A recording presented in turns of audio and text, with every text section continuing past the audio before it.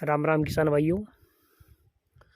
आज हम सरसों के फील्ड में खड़े हैं और सरसों की फसल बहुत ही अच्छी नज़र आ रही है। पुष्पावस्था में है और फलियां भी बन रही है। लेकिन हम आज एक नए खरपतवार पे चर्चा करेंगे जो इस फील्ड में पिछले 2-3 सालों से ये खरपतवार किसानों के खेतों में दिख रहा है। ये मुख्यतः खरपतवार है जो सरसों की ही फसल पे उगता है, उसी की जड़ों के पास में उगता है, उसी की जड़ों पे उगता है।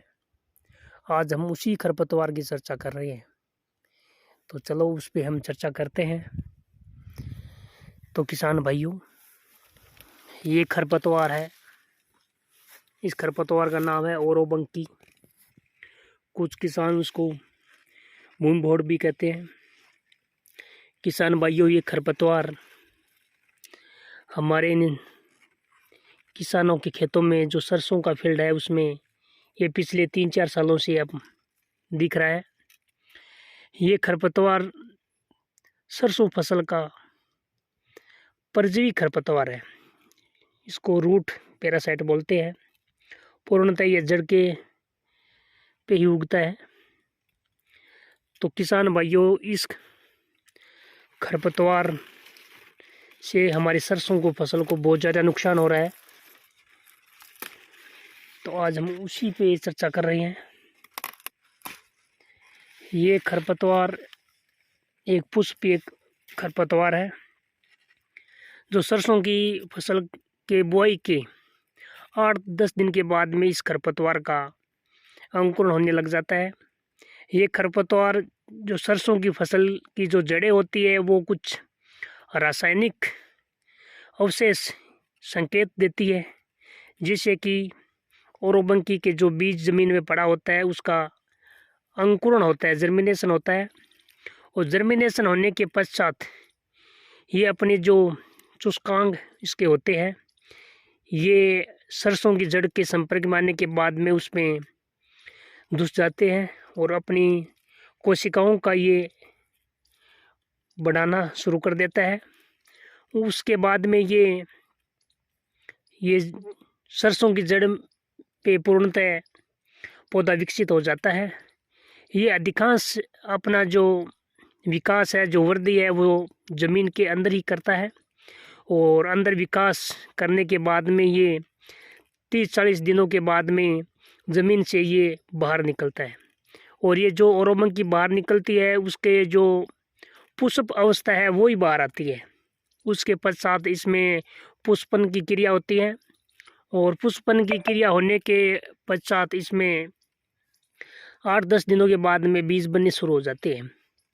तो ये प्रक्रिया ये लगभग 80-90 दिनों में ये प्रक्रिया इसमें पूर्ण हो जाती है। और उसके बाद में ये सरसों की फसल पकती है, उससे ही पहले इसके बीज झड़ जाते हैं। ये पुष्प है और इसमें ये बीज बनने की प्रक्रिया हो रही है। तो उसके बाद में इसके बीज झड़ जाते हैं। और ये ओरोबंकी है, ये जो सरसों की फसल है उसमें नुकसान है वो बहुत ज़्यादा करती है।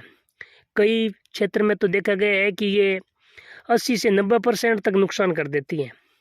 यानी अधिकांश क्षेत्रों में ये लगभग 20-30% तो नुकसान करती है, जो एक हमें दिख रही है।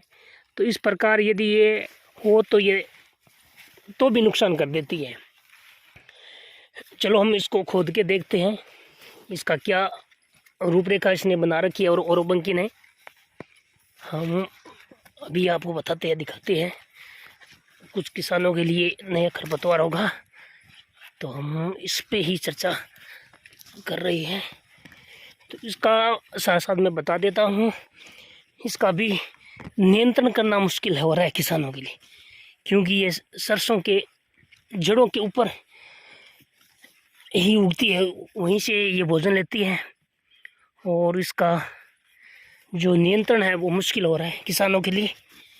तो इसके लिए किसान भाई अपने खेतों में गर्मियों में गहरी जुताई करें, जो मिट्टी पलटने वाले हल है उनसे जुताई करें।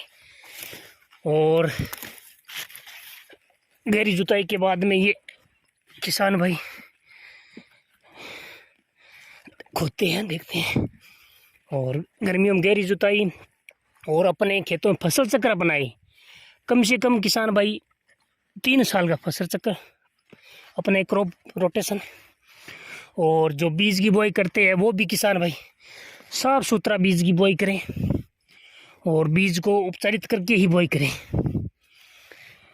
और उसके पश्चात रासायनिक केमिकल है वो तो किसान भाई अंत में ही यूज में ले। तब तक तो किसान भाई अपने यांत्रिक विधियों से ही इसका नियंत्रण करे। और जहाँ तक हो सके तो किसान भाई हाथों से उखाड़ने का प्रयास करें। और हाथों से उखाड़ने के फायदे काफ़ी है, लेकिन ये बहुत ही खर्चीली विधि, टाइमली है, टाइम बहुत लगता है। और यदि कोई किसान रासायनिक विधि से यदि नियंत्रण करना चाहे तो प्रचलन में एक रसायन चल रहा है ग्लाइफोसेट। एक 40% आता है जो लिक्विड फॉर्म में आता है। यदि किसान भाई उसका उपयोग में ले, ग्लाइफोसेट 25 ग्राम जो एक पाउडर फॉर्म में आता है ग्रेनुलर, 25 ग्राम जब फसल 25 दिन की हो जाए 25 ग्राम प्रति हेक्टेयर के हिसाब से काम में लें। और जब फसल 50 दिन की हो जाए तो उस टाइम किसान 40 से 50 ग्राम प्रति हेक्टेयर के हिसाब से फसल पे छिड़काव करे तो कुछ किसानों को इससे फ़ायदा मिल सकता है।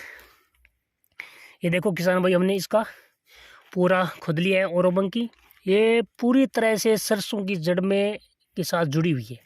देखो इसका संपर्क कितना गहरा संपर्क है, और जितना गहरा संपर्क है उतना ही ज़्यादा किसान को नुकसान है। ये पूरा संपर्क से ही हो रहा है काम। ये पूरा पौधों की जड़ से ही पानी, सरसों की जड़ से ही पानी ले रहा है। और पूरा भोजन है जो हम न्यूट्रिएंट दे रहे हैं, सिंचाई कर रहे हैं, पानी दे रहे हैं। हमने इसमें फास्फोरस दी है, हमने नाइट्रोजन का यूज में लिया है, हमें पोटास दिया है या जिंक सल्फेट दिया है, सल्फर दिया है किसानों ने। वो पूरा का पूरा भोजन सरसों ने लिया है। सरसों की जड़ से ये पूरी की पूरी जो इसकी जो ये शुष्कांग है, यहाँ पे देखो बड़ा सा एक जड़ का एक गांठनुमा शुष्कांग बन गया है। ये पूरा भोजन पौधों की जड़ से ले रहा है। यही है पूरा नुकसान किसानों को। ये जो इनका संपर्क हो गया गहरा संपर्क, ये पूरा भोजन लेती है। और अब इसके फूल आ गए हैं, फूल से बीज बन रहे हैं, बीज के पश्चात ये बीज झड़ जाते हैं। और हम बता देते हैं कि एक पौधे से बीज की जो संख्या है, यदि पौधा ओरोबंकी का बहुत ही बड़ा हो जाए और उसमें 10,000 से लेकर 50,000 तक एक पौधे में बीज होते हैं, और उसकी जीवन क्षमता है वो लगभग 10 वर्षों तक बनी रहती है। यदि ज़मीन में एक बार क्षेत्र में यदि ओरोबंकी का बीज ज़मीन में रह गया तो उसकी जीवन क्षमता 10 वर्ष तक 10 वर्ष तक होती है। और ये इसका संबंध हो रहा है। ये पूरा भोजन ये और ओरोबंकी पूरा सरसों ले रही है। तो इस प्रकार जो हमारे खेतों में ये खरपतवार है तो किसान को नुकसान तो होना स्वाभाविक है। तो ये किसान भाई अपने खेतों में फसल चक्र पर विशेष तौर से ध्यान दें। जो किसान भाई सरसों की फसल बो रहे हैं वो किसान भाई गेहूं, जौ और इसबगोल की फसल की बुआई करें। और साथ साथ में किसान भाई सब्जियों की भी बुआई करें। जो रबी सीज़न का जो प्याज है वो किसान भाई कुछ अपने 2-3 बीघों में प्याज की बुआई करें, लेकिन सरसों की उस फील्ड में बुआई नहीं करें जहाँ पे ओरोबंकी फसलों को नुकसान कर रही है। तो किसान भाइयों आज हमने ये चर्चा की है इस ओरोबंकी खरपतवार पे। ये किसानों के लिए, फसल के लिए बहुत ही ज़्यादा नुकसानदायक है। समय पर किसान भाइयों को इसका नियंत्रण करना चाहिए। यदि किसान भाई इसका अच्छी तरह से यांत्रिक विधियों से नियंत्रण करें तो इस खरपतवार का हम समय पर नियंत्रण कर सकते हैं, फसल को नुकसान से बचा सकते हैं। तो आज का हमारा ये वीडियो था, ये इसी पे था। देखो हम इसको उखाड़ रहे हैं इसके जड़ से। ये था इनका, देखो ये यहाँ से जुड़ा हुआ था, यहाँ से पूरा सरसों के जड़ से यहाँ पे संपर्क था और यहाँ से ये पूरा भोजन ओरोबंकी ले रही थी सरसों से। तो इस प्रकार यदि किसानों के खेतों में ओरोबंकी आ गई तो किसान भाई समय पर इसका नियंत्रण करे। तो नियंत्रण किसान भाई चाहे तो यांत्रिक विधियों से, गर्मियों में गहरी जुताइयों से, उन्नत किस्म के बीजों से, बीज उपचार से, तो हम इस ओरोबंकी से हमारी फसल को बचा सकते हैं।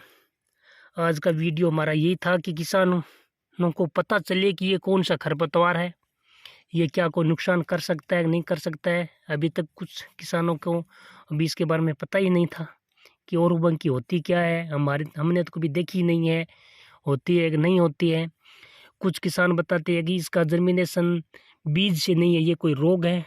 तो इसका किसान भाइयों को बता देना चाहता हूँ कि इसका अंकुरण है, ये फसलों में बीज से ही ओरोबंकी उगती है। ये कोई फसल का कोई रोग नहीं है जो एक फील्ड में आ जाए, दूसरी फील्ड में नहीं आए, तीसरी बार आ जाए, चौथी बार नहीं आए।